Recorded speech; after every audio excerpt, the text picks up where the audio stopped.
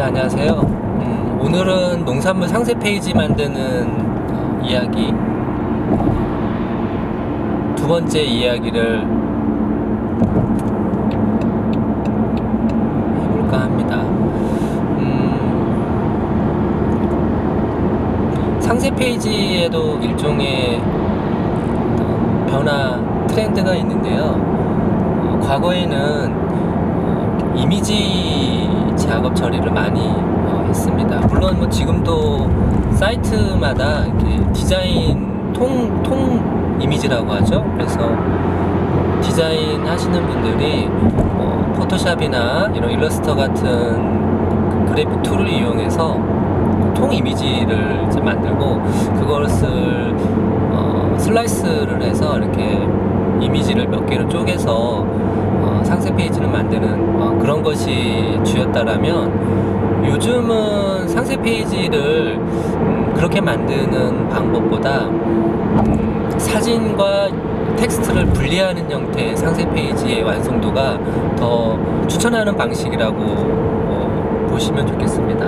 왜냐하면 쇼핑의 어떤 소비 패턴이 PC 환경에서의 구매 패턴보다 모바일 단말기 같은 디바이스를 이용한 패턴이 70% 이상, 높게는 80% 이상 되기 때문에 모바일에서 그 이미지 처리를 한 텍스트는 선명하게 보이지 않는 그런 한계가 있습니다. 더 쉽게 말씀을 드린다라면 스마트폰의 액정을 확대해야만 텍스트가 내용이 전달이 되는 그런 단점이 있다라는 거죠. 그에 반해서 텍스트 형태로 그대로 전달되는 상세 페이지 내용은 정확하게 메시지가 전달되기 때문에 더 장점으로 요즘 부각되는 그런 측면이 있습니다.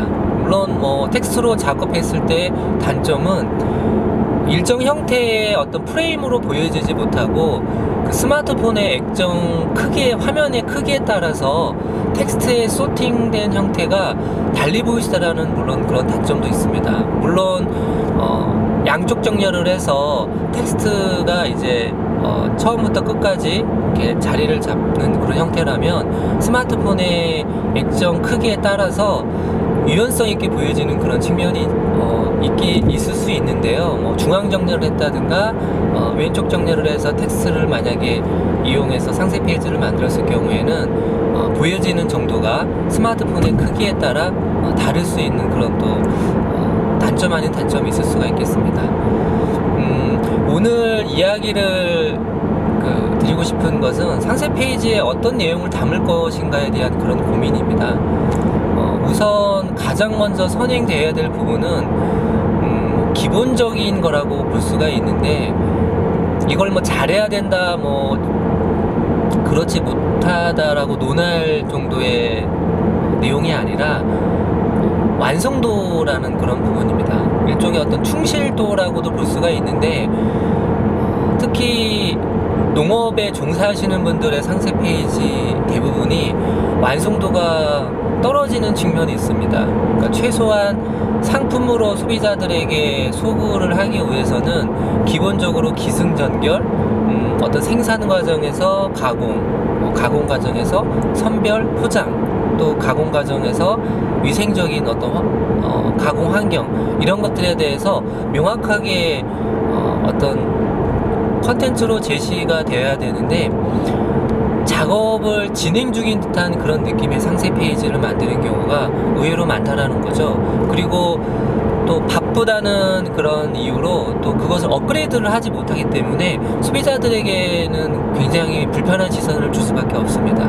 그래서 농산물 상세 페이지의 가장 기본 원칙은 충실도를 높이는 것이 기본 원칙이 돼야 되겠다라는 이야기를 드리고 싶고요. 두 번째는 상세 페이지에 담겨야 될 콘텐츠에 대한 방향성인데요. 내가 하고 싶은 이야기를 할 것인가, 아니면 상품을 구매하고자 하는 소비자들이 듣고 싶은 이야기를 해야 되는 것인가에 대한 어떤 포인트에 대한 부분입니다. 예를 들면 어떤 생산 과정이 있을 때 사과, 메론, 수박, 포도 굉장히 다양한 상품군들이 있을 수가 있겠죠. 그러면 그런 농산물들을 구매하는 소비자들의 소비 성향, 즉 그 구매 단계에서 어떤 것들을 궁금해할 것인가에 대해서 충분히 고민해보고 그것에 의문을 제기하고 그것을 내 농법에 접목하거나 또 그것을 개선한 어떤 기술, 노하우가 있다라면 그런 것들에 대한 내용들을 컨텐츠로 집중적으로 구성해서 설득을 한다라면 충분히 소비와 이어질 수 있는 그런 가능성을 높일 수 있는 상세 페이지가 될 수 있다라는 그런 말씀을 드리고 싶습니다. 다시 한번 정리해 드린다라면 두 번째, 내가 하고 싶은 이야기를 하는 상세 페이지가 아니라 소비자들이 원하고자 하는 정보가 무엇인지 그것에 주안점을 두고 상세 페이지를 만드는 것이 중요하다라고 볼 수가 있겠습니다. 그리고 세 번째는요, 주 소비층이 누구이냐가 굉장히 중요합니다. 상품군에 따라서 여성들이 주로 많이 이용하는 그런 상품군들이 있고, 그리고 대중적으로 뭐 남성들과 여성들이 주로 많이 이용하는 상품군들도 있고, 또 여성 중에 직장맘, 아이를 가지고 있는 주부라든가 아니면 또 임산부가 될 수도 있겠죠.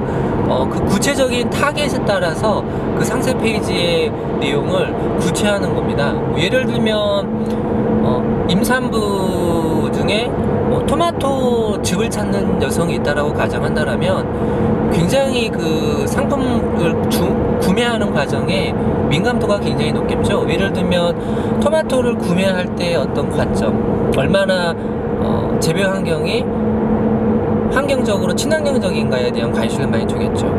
그리고 예를 들면 즙이라든가 주스 같은 상품군인 가공 형태의 상품군을 구매한다라면 얼마나 위생적으로 상품이 만들어질까, 그죠? 가공이 될 것인가, 그리고 파우치라든가 이런 것들은 어떤 것을 쓰고 있는가, 이런 것들에 대한 정보를 명확하게 제시해 주는 것이 중요하다고 볼 수가 있겠습니다. 어떻게 보면 전체적인 그 생산에서 가공, 그 다음에 포장, 선별 포장, 그런 과정이 단순한 농작업일 수 있지만 그 안에는 굉장히 의미 있는 정보들이 담겨져 있는 거죠. 그래서 그런 것들을 우리가 치즈를 슬라이스해서 먹듯이 슬라이스를 하면 할수록 그 안에 굉장히 세부적인 정보로 만들 수 있는 콘텐츠가 있기 때문에 그런 것들을 찾아서 사진으로 촬영하고 그것을 동영상으로 만들어서 상세 페이지에 스펙트럼을 만드는 것이 중요하다고 볼 수가 있겠습니다. 그리고 마지막으로 한 가지 더 말씀을 드린다라면 상세 페이지는 어떻게 보면 소비자들과의 소통의 공간이기도 하기 때문에 이제 상품 후기라든가 뭐 전화 주문을 뭐 하면서 이렇게 소비자들이 요구하는 요구 사항도 있을 수가 있습니다.